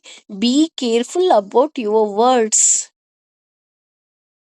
ನೀನು ಒಂದು ಸಲ ಜೋರಾಗಿ ಏನಾದ್ರು ಹೇಳ್ದೆ ಅಂತ ಅಂದ್ರೆ ಅವರ ಮನಸ್ಸಿನ ಮೇಲೆ ತುಂಬಾ ಪರಿಣಾಮ ಬೀರುತ್ತೆ. ಹಾಗಾಗಿ ಮಾತಾಡ್ಬೇಕಾದ್ರೆ ತುಂಬಾ ಗಮನ ಇಟ್ಕೊಂಡು ಮಾತಾಡು. ಏನ್ ಬೇಕೋ ಅದೆಲ್ಲ ಮಾತಾಡ್ಬೇಡ. ಅದೇ ರೀತಿ ದೇವಿಯನ್ನ ಸಹ ನಾವ್ ಅದೇ ಕೇಳ್ಬೇಕು. ದೈವಿಂ ವಾಚ ಅಂದ್ರೆ, ಅಮ್ಮ ತಾಯಿ, ರಜೋಗುಣ, ತಮೋಗುಣ, ಸಾತ್ವಿಕ ಗುಣಗಳನ್ನ ಕೊಡೋಳು ನೀನು. ಹಾಗಾಗಿ ನನ್ನ ಬಾಯಲ್ಲಿ ಒಳ್ಳೆಯ ಮಾತುಗಳು ಬರೋ ಹಾಗೆ ಮಾಡೋ ಭಾರ ನಿಂದಮ್ಮ. ನನ್ನ ಮಾತಿನಿಂದ ಯಾರಿಗೂ ಮನಸ್ಸಿಗೆ ನೋವಾಗಬಾರದು. ಗೊತ್ತಿದ್ದೋ ಗೊತ್ತಿಲ್ಲದೆಯೋ ನನ್ನ ಮಾತು ಯಾರಿಗೂ ಸಹ ಅಹಿತಕರವನ್ನ ತರಬಾರದು. ನನ್ನ ಮಾತು ಎಲ್ರಿಗೂ ಸಹ ಪ್ರೀತಿಯಾಗಿರ್ಬೇಕು. ಈ ರೀತಿ ನಾವು ಕೇಳ್ಕೋಬೇಕು. ಹಾಗೇನೆ ಸ್ವಾಧ್ಯಾಯಾಭ್ಯಾಸಂ ಅಂದ್ರೆ ಅಭ್ಯಾಸದಿಂದ ಕಲಿಬೇಕು. ಅಭ್ಯಾಸದಿಂದ ಕಲಿಬೇಕು ಅಂತ ಅಂದ್ರೆ, ಉದಾಹರಣೆ ಈಗ ಶ್ಲೋಕಗಳನ್ನ ನಾವು ಹೇಳ್ತೀವಿ. ಹೇಗ್ ಕಲ್ತ್ವಿ? ಬಾಯ್ಪಾಠ ಮಾಡಿದ್ವಿ ಅಭ್ಯಾಸದಿಂದ. ಇಲ್ಲ, ಗುರುಗಳು ಒಂದ್ಸಲ ಹೇಳಿದ್ರು, ನಾನು ಅದನ್ನ 3 ಸಲ ಹೇಳ್ದೆ, ಮತ್ತೆ ಪ್ರಾಕ್ಟೀಸ್ ಮಾಡ್ದೆ. ಅದು ನಾಲ್ಗೆ ತಿರ್ಗೋವರ್ಗೂ ನಾನ್ ಬಿಡ್ಲಿಲ್ಲ. ಉದಾಹರಣೆ, ಶಕಾರ, ಸಕಾರ ಕೆಲವ್ರಿಗೆ ಬರೋದಿಲ್ಲ ಅಲ್ವಾ? ಶ್ರೀಧ ಶ್ರೀಶ ಶ್ರೀನಿವಾಸ ಶ್ರೀನಿಧಿ ಶ್ರೀ ವಿಭಾವನಃ. ಅಯ್ಯೋ! ತುಂಬಾ ಕಷ್ಟಕರವಾದ ಶ್ಲೋಕ ಅಪ್ಪ. ಶಕಾರ, ಸಕಾರ. ಆದ್ರೆ ನಾನು ಇದನ್ನ ಒಪ್ಪಿಸ್ಲೇಬೇಕು. ಪದೇ ಪದೇ ಪದೇ ಪದೇ ಪ್ರಾಕ್ಟೀಸ್ ಮಾಡಿ ಮಾಡಿ ಮಾಡಿ ಮಾಡಿ ಮಾಡಿ ಮಾಡಿ ಮಾಡಿ ಮಾಡಿ ನಾನು ಕಲ್ತೆ. ಇವತ್ತು ಕಣ್ಣು ಮುಚ್ಚಿಕೊಂಡು ವಿಷ್ಣು ಸಹಸ್ರನಾಮ ಹೇಳು ಅಂದ್ರು ಹೇಳ್ತೀವಿ. ಹೇಗೆ? ಅಭ್ಯಾಸದಿಂದ. ಮಕ್ಳಿಗೆ ನಾವು ಹೇಳಿದ್ವಲ್ಲ, ಸ್ನಾನ ಮಾಡಿಸ್ಬೇಕಾದ್ರೂ ಟೇಬಲ್ಸ್ ಹೇಳು, ತಿಂಡಿ ಮಾಡ್ಬೇಕಾದ್ರೂ ಟೇಬಲ್ಸ್ ಹೇಳು. ಟೇಬಲ್ಸ್ ಹೇಳಿ ಹೇಳಿ ಹೇಳಿ ಅದಕ್ಕೆ ಹೇಗೆ ಪ್ರಾಕ್ಟೀಸ್ ಆಗುತ್ತೆ. ಆ ರೀತಿ ಕಲಿ ಅಂದ್ರೆ ಅರ್ಥ ಏನು ಅಂದ್ರೆ ಬರೀ ಬಾಯಿಂದ ಕಲಿಯೋದಲ್ಲ, ಅದರ ಅರ್ಥ ಸಹಿತ ತಿಳ್ಕೋಬೇಕು. ಹಾಗೆ ಚಿಂತನೆ ಚಿಂತನೆ ಅಂತ ಅಂದ್ರೆ ನಾವು ಮನನ ಮಾಡ್ತಾ ಇರಬೇಕು. ಒಳ್ಳೆ ವಿಷಯದ ಬಗ್ಗೆನೇ ನಾನು ಸದಾ ಯೋಚನೆ ಮಾಡಬೇಕು. ಈ ರೀತಿ ನಮ್ಮ ಮಾತಿರ್ಬೇಕು ಅಂತ ಹೇಳ್ತಾ ಹೋಗ್ತಾರೆ. ಇನ್ನು ಮೂರನೇದು ಮನಸ್ಸು. ಮಾನಸಿಕವಾಗಿ ಹೇಗಪ್ಪ ತಪಸ್ಸು ಮಾಡೋದು? ಮಾನಸಿಕವಾಗೂ ತಪಸ್ಸು ಮಾಡ್ಬೋದಾ? ನಾನು ಅನ್ಕೊಂಡಿದ್ದೆ ದುಡ್ಡು ಕಾಸು ಕೊಟ್ರೆ ಮಾತ್ರ ಅಂತ. ಇಲ್ಲ ಇಲ್ಲ, ಮಾನಸಿಕವಾಗೂ ಮಾಡ್ಬೋದು. ಮಾನಸಿಕವಾಗಿ ಹೇಗೆ ಅಂದ್ರೆ ಮನಃಪ್ರಸಾದಂ, ಮನಸ್ಸಿನ ತೃಪ್ತಿ, ಸೌಮ್ಯತ್ವಂ, ಬೇರೆಯವರ ವಿಚಾರದಲ್ಲಿ ವಂಚನೆ ಇಲ್ಲದೆ ಇರುವುದು, ಮೌನವು, ಆತ್ಮ ಸ್ವಯಂ, ವಿನಿಗ್ರಹವು, ಭಾವ ಸ್ವಭಾವದ ಶುದ್ಧಿಯು, ಇತಿ ಹೀಗೆ, ಏತತ್ ಇದು, ತಪಃ ತಪಸ್ಸು, ಮಾನಸಂ ಮನಸ್ಸಿನ ಉಚ್ಯತೆ ಎಂದು ಹೇಳಲಾಗಿದೆ. ಅಂದ್ರೆ ಮನಸ್ಸಿನಿಂದ ಹೇಗೆ ತಪಸ್ಸು ಮಾಡೋದು ಅಂತ ಅಂದ್ರೆ, ನಾವು ಮನೆಯಲ್ಲೇ ಕುಳಿತು ಹೇಗೆಲ್ಲ ತಪಸ್ಸು ಮಾಡಬಹುದು. ಕಾಯ ವಾಚ ಮನಸ ಅಂತ ಇಲ್ಲಿ ಭಗವಂತ ಹೇಳ್ತಾ ಹೋಗ್ತಾನೆ. ಮೂರನೇದು ಹಾಗೂ ಅತಿ ಮುಖ್ಯವಾಗಿರೋದು ಮಾನಸಿಕ ತಪಸ್ಸು. ಮನಃಪ್ರಸಾದಂ ಸೌಮ್ಯತ್ವಂ ಅಂದ್ರೆ ಮೊದಲನೇದು ಪ್ರಸನ್ನವಾಗಿರಬೇಕು. ನಮ್ಮ ಮನಸ್ಸು ಶುದ್ಧವಾಗಿರಬೇಕು. ಪ್ರಸನ್ನವಾಗಿರಬೇಕು ಅಂದ್ರೆ ತೃಪ್ತಿ ಇರಬೇಕು. ನನ್ನಲ್ಲಿ ಏನಿದೆ ಅದರಲ್ಲಿ I am happy with that. ಇವತ್ ನನ್ನ ಹತ್ರ ಬರೀ ಕಾಟನ್ ಸೀರೆನೇ ಇದೆಯಾ, I am happy with that. ನಾನು ಇವತ್ತು ನನ್ನ ಮನೆಯಲ್ಲಿ ಕೇವಲ ಗಂಜಿನೇ ಕುಡಿತಾ ಇದ್ದೀನಾ, ಒಳ್ಳೊಳ್ಳೆ ಅಡ್ಗೆ ಮಾಡ್ಕೊಂಡು ತಿನ್ನೋದಿಕ್ ಆಗ್ತಾ ಇಲ್ವಾ, ನಾನ್ also I am happy with that. ಯಾಕೆ ಹ್ಯಾಪಿ ಆಗಿದ್ದೀನಿ? ಕೊನೆ ಪಕ್ಷ ಭಗವಂತ ನನಗೆ ಇದನ್ನಾದ್ರೂ ಸೇವನೆ ಮಾಡೋದಿಕ್ ಅವಕಾಶ ಕೊಟ್ಟಿದ್ದಾನಲ್ಲ. ಎಷ್ಟೋ ಜನಕ್ಕೆ ಇದೂ ಇರೋದಿಲ್ಲ ಅಲ್ವಾ? ಹಾಗೆ ಯಾವಾಗ ಮನಸ್ಸು ಪ್ರಸನ್ನವಾಗಿರುತ್ತಪ್ಪ ಅಂದ್ರೆ, ಯಾವಾಗ ತೃಪ್ತಿಯಿಂದ ಇರುತ್ತೆ, ಯಾವಾಗ ಶುದ್ಧವಾಗಿ ಇರುತ್ತೆ, ಆಗ ಪ್ರಸನ್ನವಾಗಿರುತ್ತೆ. ಕಾಯ ವಾಚ ಮನಸ್ಸ ಶುದ್ಧವಾಗಿರಬೇಕು ಅಂತ ಹೇಳ್ತಾರೆ. ಹಾಗೇನೆ ಈ ಮನಸ್ಸಿನಲ್ಲಿ ಕಾಮ, ಕ್ರೋಧ, ಮೋಹ, ಲೋಭ ಇದು ಯಾವ್ದನ್ನು ನಾವು ತುಂಬ್ಕೋಬಾರ್ದು. ಯಾಕೆ ಅಂದ್ರೆ ಅದೆಲ್ಲ ಮನ್ಸಲ್ಲಿ ಇದ್ಬಿಟ್ಟು ಕ್ಯಾಪ್ ಹಾಕ್ಬಿಟ್ಟು ನಿನ್ ದಿನ ಸ್ನಾನ ಮಾಡಿದ್ರೆ ಪ್ರಯೋಜನ ಏನ್ ಬಂತು? ಮನಸ್ಸನ್ನ ನಾವು ಎಷ್ಟು ಶುದ್ಧವಾಗಿ ಇಟ್ಕೊಳ್ತೀವೋ ಅಷ್ಟು ಶುದ್ಧವಾಗಿರುತ್ತೆ. We have to control that ಮನಸ್ಸನ್ನ ಕಂಟ್ರೋಲ್ ಮಾಡ್ಬೇಕು. ಯಾಕೆ ಕಂಟ್ರೋಲ್ ಮಾಡ್ಬೇಕು? ಇಲ್ಲ ಅಂತ ಅಂದ್ರೆ ಮನಸ್ಸು ದಿನ ಪಾನಿಪುರಿ, ಇದು ಬೇಕು, ಅದು ಬೇಕು, ಇನ್ನೊಂದು ಬೇಕು, ಮತ್ತೊಂದು ಬೇಕು, ಇಲ್ಲಿಗೆ ಹೋಗು, ಅಲ್ಲಿಗೆ ಹೋಗು, ಇದ್ ತಗೋ, ಅದ್ ತಗೋ, ಹೀಗ್ ಮಾಡು, ಹಾಗ್ ಮಾಡು, ಬರೀ ಬಿಡದಿರದೆ ಆಸೆಗಳ ಮೂಲಕ ತುಂಬಿಸುತ್ತೆ. ಆ ಮನಸ್ಸನ್ನ ನಾನು ಪ್ರತಿ ದಿನ ಒಳ್ಳೆಯದನ್ನೇ ನಾನು ಕೂರ್ಸೋದಕ್ಕೆ ಪ್ರಯತ್ನ ಪಡ್ಬೇಕು. ಎಕ್ಸಾಂಪಲ್ ಹೇಳ್ಬೇಕು ಅಂತ ಅಂದ್ರೆ, ನಮಗೂ ಕೇಳೋದಿಕ್ಕೆ ಆಸೆ. ಏನನ್ನ ಕೇಳಬೇಕು? ಭಗವಂತನ ನಾಮಸ್ಮರಣೆ, ಭಗವಂತನ ಚಿಂತನೆ ಇದೇ ಇರಬೇಕೇ ವಿನಃ ಕಾಡು ಹರಟೆ ಮಾತು ಯಾರು ಆಡ್ತಾ ಇದ್ರೆ ಅಥವಾ ಯಾರ ಬಗ್ಗೆ ಏನಾರು ಕಂಪ್ಲೇಂಟ್ ಮಾಡ್ತಾ ಇದ್ರೆ, ಅಯ್ಯೋ ಐ ಆಮ್ ನಾಟ್ ಇಂಟ್ರೆಸ್ಟೆಡ್ ಯಾರ್, ಲೆಟ್ ಇಟ್ ಗೋ ಅಂತ ನಾವ್ ಅಲ್ಲಿಂದ ಎದ್ದು ಬರ್ಬೇಕು. ಆ ರೀತಿ ನಮ್ಮ ಮನಸ್ಸನ್ನ ನಾವು ಕಂಟ್ರೋಲ್ ಮಾಡ್ಬೇಕು. ಸೌಮ್ಯತ್ವಂ ತುಂಬಾ ಮುಖ್ಯವಾಗಿರೋದು. ಮನಸ್ಸನ್ನ ಸೌಮ್ಯವಾಗಿ ಇಟ್ಕೊಳ್ಳೋದು ಅಂದ್ರೆ ಪ್ರಶಾಂತವಾಗಿ. ತೃಪ್ತಿ ಅಂದ್ರೆ ಪ್ರಸನ್ನವಾಗಿ, ಇಲ್ಲಿ ಸೌಮ್ಯತ್ವ ಅಂದ್ರೆ ಪ್ರಶಾಂತತೆಯಿಂದ. ಅಂದ್ರೆ ಈ ಮನಸ್ಸು ಹೇಗೆ ಅಂದ್ರೆ ಸಮುದ್ರದ ಹಾಗೆ ಅಲೆಗಳು ಬರ್ತಾನೆ ಇರುತ್ತೆ. ಅಂದ್ರೆ ಆಸೆಗಳು, ಇದು ಬೇಕು, ಅದು ಬೇಕು, ಇದು ನಿರಂತರ. ಆದ್ರೆ ನಾವ್ ಅದನ್ನ ಕಂಟ್ರೋಲ್ ಮಾಡಿ, ಮಾಡಿ, ಮಾಡಿ, ಮಾಡಿ, ಮಾಡಿ ಹೇಗೆ ಮಾಡ್ಬೇಕಪ್ಪ ಅಂದ್ರೆ, ಮಾನಸ ಸರೋವರದ ಹಾಗೆ ಅಲೆಗಳೇ ಏಳದ ಹಾಗೆ ನಾವು ಮಾಡ್ಕೋಬೇಕಂತ. ಹಾಗೆ ಮನಸ್ಸಿನಲ್ಲಿ ಯಾವುದೇ ರೀತಿಯಾದಂತಹ ಕ್ರೂರತೆ ಇರಬಾರ್ದು. ಅವ್ರಿಗೆ ಹೊಡೆದು ಬಿಡ್ತೀನಿ, ಅವ್ರಿಗೆ ಚಚ್ಚಿ ಬಿಡ್ತೀನಿ, ಅವ್ರಿಗೆ ಹಾಳಾಗೋಗ್ಲಿ, ಅವ್ರಿಗೆ ಇದಾಗ್ಲಿ, ಅವ್ರಿಗೆ ಮನಸ್ಸಿನಿಂದಲೇ ಯೋಚನೆ ಮಾಡಬಾರದು ಅಂತ ಹೇಳ್ತಾರೆ. ನಮಗೆ ಯಾರಾದ್ರೂ ಕೆಟ್ಟದ್ ಮಾಡಿದ್ರೂ ಸಹ ನಾವು ಮನಸ್ಸಿನಿಂದ, ಒಳ್ಳೆ ಮನಸ್ಸಿಂದ ಹೇಳಬೇಕು. ಎಲ್ಲರಿಗೂ ಸಹ ಶುಭವನ್ನ ಕೋರುವಂತಹ ಮನಸ್ಸಾಗಿರಬೇಕು. ಸೌಮ್ಯತ್ವ ಅಂದ್ರೆ ಅದು. ಒಂದು ಪ್ರಶಾಂತತೆ, ಇನ್ನೊಂದು ಎಲ್ರಿಗೂ ಒಳ್ಳೇದಾಗ್ಲಿ. ಯಾರಿಗ್ ಯಾಕ್ರಿ ಕೆಟ್ಟದಾಗ್ಬೇಕು? ಯಾರಿಗೂ ಕೆಟ್ಟದಾಗೋದ್ ಬೇಡ. ಹಾಗಂತ ಉಗ್ರರಿಗೆಲ್ಲ ಕೆಟ್ಟದಾಗ್ಲಿ, ಕಳ್ಳರಿಗೆಲ್ಲ ಕೆಟ್ಟದಾಗ್ಲಿ ಅಂತ ಅಲ್ಲ. ಎಲ್ಲರಿಗೂ ಒಳ್ಳೇದಾಗ್ಲಿ ಅನ್ನುವಂತಹ ಮನಸ್ಥಿತಿ ಇರಬೇಕು. ಸರ್ವೇ ಜನ ಸುಖಿನೋ ಭವಂತು, ಸಮಸ್ತ ಸನ್ಮಂಗಲಾನಿ ಭವಂತು. ಯಾರು ಧರ್ಮ ಮಾರ್ಗದಲ್ಲಿ ನಡೀತಾ ಇದಾರೆ ಅವ್ರಿಗೆಲ್ಲ ಒಳ್ಳೇದಾಗ್ಲಿ ಅಂತ ಕೇಳ್ಕೊಳ್ಳೋಣ. ಹಾಗೆ ಮೌನ. ಮೌನ ಅಂದ್ರೆ ಮಾತಾಡದೇ ಇರೋದಲ್ಲ, ಮನನ ಮಾಡೋದು. ಮನನ ಯಾವ ರೀತಿ? ಒಳ್ಳೆ ವಿಚಾರಗಳನ್ನೇ ಪದೇ ಪದೇ ಪದೇ ಪದೇ ಪದೇ ಪದೇ ನಾವು ಜ್ಞಾಪಿಸ್ಕೊಳ್ತಾ ಇರ್ಬೇಕು. ಹೇಗೆ ಅಂತ ಅಂದ್ರೆ, ಗಿಡಕ್ಕೆ ನೀರ್ ಹಾಕಿದಾಗ ಆ ಎಲೆ ತುದಿವರೆಗೂ ಹೇಗೆ ಆ ಬೇರು ಶಕ್ತಿಯನ್ನ ಕೊಡುತ್ತೆ, ಅದೇ ರೀತಿ ನನ್ನ ಮನಸ್ಸಿಗೆ ಸದಾ ಭಗವಂತನ ಚಿಂತನೆಯನ್ನ ಪ್ರತಿನಿತ್ಯ ಹಾಕ್ತಾ ಇರಬೇಕು. ಪ್ರತಿದಿನ ನೀವು ಭಗವದ್ಗೀತೆ ಮೂಲಕ, ಭಾಗವತದ ಮೂಲಕ, ಭಗವಂತನ ಪುರಾಣಗಳ ಕೇಳೋದ್ರ ಮೂಲಕ, ಭಗವಂತನ ಸಹಸ್ರನಾಮವನ್ನ ಹೇಳೋ ಮೂಲಕ ಪ್ರತಿನಿತ್ಯ ನನ್ನ ಮನಸ್ಸನ್ನ ಅದೇ ನೀರನ್ನ ಹಾಕ್ತಾ ಇದ್ರೆ, ಒಂದಿನ ಹಾಕ್ಲಿಲ್ಲ ಅಂದ್ರೆ ಕೇಳುತ್ತೆ, ಇವತ್ತು ನೀನು ವಿಷ್ಣು ಸಹಸ್ರನಾಮ ಹೇಳಿದ, ಬಾ ಕುತ್ಕೋ, ನೀನ್ ವಿಷ್ಣು ಸಹಸ್ರನಾಮವನ್ನ ಹೇಳು ಅಂತ. ಅದೇ ರೀತಿ ಕೆಟ್ಟ ಚಿಂತನೆ ಹಾಕಿದ್ರೆ ಕೆಟ್ಟ ಚಿಂತನೆ ಬರುತ್ತೆ. ನನಗೆ ಇದು ಬೇಕು, ಅದು ಬೇಕು, ಇದು ಬೇಕು, ಇದು ಬೇಕು ಅಂತ ಡೈಲಿ ಆತರ ನೀರನ್ನ ಹಾಕೋದ್ರ ಬದಲು, ನನ್ನ ಮನಸ್ಸಿಗೆ ಭಗವಂತನ ಬಗ್ಗೆನೇ ನಾನು ಚಿಂತನೆಯನ್ನ ಕಂಟಿನ್ಯೂಸ್ ಆಗಿ ಹಾಕಬೇಕು.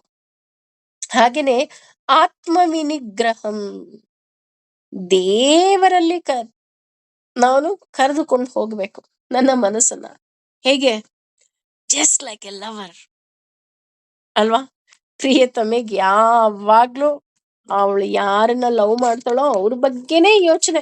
ಅವನ್ ಊಟ ಮಾಡದ್ನ, ಅವನ್ ತಿಂಡಿ ತಿನ್ನ, ಅವನ್ ಚೆನ್ನಾಗಿದ್ದಾನ, ಅವನ ಆರೋಗ್ಯ ಹೇಗಿದೆ. ಅದೇ ರೀತಿ ಯಾಕೆ ಅವಳು ಯಾವಾಗ್ಲೂ ಅವಳು ಲವ್ ಮಾಡೋರ್ನ ಜ್ಞಾಪಿಸ್ಕೊಂತಾಳೆ? ಯಾಕೆ ಅಂತ ಅಂದ್ರೆ, ಅವಳಿಗೆ ಇನ್ನೇನು ಕೆಲ್ಸ ಇಲ್ಲ ಕಣ್ರಿ. ಅವಳಿಗೆ ಯಾವಾಗ್ಲೂ ಅವಂದೇ ಯೋಚನೆ ಅಂತ ಹೇಗ್ ಬೈತೀವಿ, ಹಾಗೇನೆ ಇಲ್ಲಿ ನನ್ನ ಮನಸ್ಸು ಸದಾ ಭಗವಂತನ ಬಗ್ಗೆ ಯೋಚನೆ ಮಾಡಬೇಕು. ಭಗವಂತ, ಇವತ್ ನೋಡು ನಾನು ಉಸಿರಾಡ್ತಾ ಇದ್ದೀನಿ. ಕೆಲವರಿಗೆ ನೋಡು ಅದೂ ಇಲ್ಲ, ICU ನಲ್ಲಿ ಹಾಕ್ಬಿಟ್ಟಿರ್ತೀಯ, ವೆಂಟಿಲೇಟರ್ ಅಲ್ಲಿ ಹಾಕ್ಬಿಟ್ಟಿರ್ತೀಯ. ನನಗೆ ಇವತ್ತು ಉಸಿರಾಡಕ್ ಶಕ್ತಿ ಕೊಟ್ಟಿದ್ಯಾ, ಇದಕ್ಕಿಂತ ಇನ್ನೇನೋ ಬೇಕು ನನಗೆ? ಏನೂ ಬೇಡ. ನೋಡು, ರಾತ್ರಿ ಮಲಗ್ದವ್ರು ಬೆಳಗ್ಗೆ ಎದ್ದಿಲ್ಲ, ಆದ್ರೆ ನಾನು ಇವತ್ತು ಬೆಳಗ್ಗೆ ಎದ್ದಿದ್ದೀನಿ. ನಿನ್ನ ನಾಮ ಸ್ಮರಣೆಯನ್ನ ಕೇಳ್ತಾ ಇದ್ದೀನಿ, ನಿನ್ನ ನಾಮ ಸ್ಮರಣೆಯನ್ನ ಮಾಡ್ತಾ ಇದ್ದೀನಿ. I am so lucky to, ಅಲ್ವಾ? ನಾನು ತುಂಬಾ ಅದೃಷ್ಟವಂತೆ. ನೀನು ನನ್ನನ್ನ ಆಯ್ಕೆ ಮಾಡ್ಕೊಂಡಿದ್ಯಾ. ನೀನು ನನ್ನನ್ನ ಆಯ್ಕೆ ಮಾಡ್ಕೊಂಡಿರೋದ್ರಿಂದಲೇ ನನ್ನ ಎಲ್ಲ ಪೂರ್ವ ಜನ್ಮದ ಪಾಪಗಳು ತೊಳೆದು ಹೋಗಿದೆ. ನೀನ್ ಆಯ್ಕೆ ಮಾಡ್ಕೊಳ್ಳಿಲ್ಲ ಅಂದಿದ್ರೆ ನಾನಿನ್ನೂ ಅದೇ ಮಜೆ ಮಾಡು, ಅದೇ ಇದು ಬೇಕು ಬೇಡ ಇದ್ರಲ್ಲೇ ಇರ್ತಿದ್ದೆ. But you are so sweet. ನೀನ್ ನನ್ನನ್ನ ಆಯ್ಕೆ ಮಾಡ್ಕೊಂಡು ನಿನ್ನ ಬಗ್ಗೆ ತಿಳ್ಕೊಳ್ಳುವಂತಹ ಒಂದು ಒಳ್ಳೆ ಕಾಯಕವನ್ನ ನನಗೆ ಕೊಟ್ಟಿದ್ಯಾ. ಅದೇ ರೀತಿ ಭಾವ ಸಂಶುದ್ಧಿ ಅಂದ್ರೆ, ಭಾವನೆಗಳು ಒಳ್ಳೇದಾಗಿರ್ಬೇಕು, ನಮ್ಮ ಭಾವನೆಗಳು ಶುದ್ಧವಾಗಿರ್ಬೇಕು. ಬಿಳಿ ಬಟ್ಟೆ ಹಾಗೆ ಎಲ್ಲರಿಗೂ ಒಳ್ಳೇದ್ ಮಾಡಪ್ಪ, ಎಲ್ಲರನ್ನೂ ಚೆನ್ನಾಗಿ ನೋಡ್ಕೋ. ಈ ಆಸೆಗಳು ನಮ್ಮ ಭಾವನೆಗಳನ್ನ ಹಾಳು ಮಾಡಬಾರ್ದು. ಒಬ್ಬ ನಿಜವಾದ ಪ್ರೇಯಸಿ ನಿನಗೇನ್ ಬೇಕು ನೋಡು, ಅವ್ನು ತುಂಬಾ ಶ್ರೀಮಂತ, ಅವನನ್ ಮದ್ವೆ ಆಗ್ತೀಯಾ, ಇವನನ್ ಮದ್ವೆ ಆಗ್ತೀಯಾ, ಹಾಗೆ ಹೀಗೆ ಅಂತಂದ್ರೆ ಅವಳೇನಂತಾಳೆ? ಇಲ್ಲ, ನಾನು ಇನ್ಯಾರನ್ನೋ ಲವ್ ಮಾಡ್ತಾ ಇದ್ದೀನಪ್ಪ, ಲವ್ ಮಾಡೋರ್ನೇ ಮದ್ವೆ ಮಾಡ್ಕೊಳ್ತೀನಿ. ನೋಡಿ, ಆ ಹುಡುಗಿಗೆ ಎಷ್ಟು ಆಸೆ. ಅದೇ ರೀತಿ ನಿನಗೆ ಬಸ್ ಬೇಕಾ, ಇದು ಏನು ಕಾರ್ ಬೇಕಾ, ಅಥವಾ ಇನ್ನೇ ಒಡವೆ ಬೇಕಾ, ರೇಷ್ಮೆ ಸೀರೆ ಬೇಕಾ, ಇನ್ನೇನ್ ಬೇಕು, ಅದು ಬೇಕಾ, ಇದು ಬೇಕಾ ಅಂದ್ರೆ, ನನಗೇನೂ ಬೇಡ ಭಗವಂತ, ನೀನೇ ಬೇಕು. I want you. ಹಾಗೆ ದೇವರ ಯೋಚನೆ ಇರಬೇಕು. ದೇವರ ಯೋಚನೆ ಯಾವಾಗ ಬರುತ್ತೆ ಅಂದ್ರೆ, ಮನಸ್ಸಿನ ತಪಸ್ಸು ಇಲ್ಲಿ ತುಂಬಾ ಮುಖ್ಯ ಆಗತ್ತೆ. ನಾನು ಒಂದು ತುತ್ತು ಊಟ ಮಾಡ್ತಾ ಇದ್ದೀನಿ ಅಂದ್ರು, "ಅಪ್ಪ ಭಗವಂತ ನಿನ್ನ ಪ್ರಸಾದವನ್ನ ನಾನು ಸ್ವೀಕಾರ ಮಾಡ್ತಾ ಇದ್ದೀನಿ. ನನಗೆ ಒಳ್ಳೇದ್ ಮಾಡಪ್ಪ." ಅಪ್ಪ ಭಗವಂತ ನಾನು ಮಾತಾಡ್ತಾ ಇದ್ದೀನಿ, ನನ್ನ ಮಾತುಗಳು ನಿನ್ನ ನಾಮ ಸ್ಮರಣೆಗೋಸ್ಕರ ಇರ್ಲಿ. ಅಥವಾ ನನ್ನ ಕಾಯಕ ಏನಿದೆ ಅದು ನಿನ್ನ ಸೇವೆಯಲ್ಲಿ ಇರ್ಲಿ. ಕಾಯ, ವಾಚ, ಮನಸ ಭಗವಂತ ನನ್ನನ್ನ ಇನ್ನಷ್ಟು ಮತ್ತಷ್ಟು ಮಗದಷ್ಟು ಪರಿಶುದ್ಧವನ್ನಾಗಿ ಮಾಡು ತಂದೆ. ಯಾವಾಗ ಈ ರೀತಿ ಯೋಚನೆ ಬರುತ್ತೆ? ನಾನು ಕಂಪ್ಲೀಟ್ ಸರೆಂಡರ್ ಆದಾಗ. Complete surrender.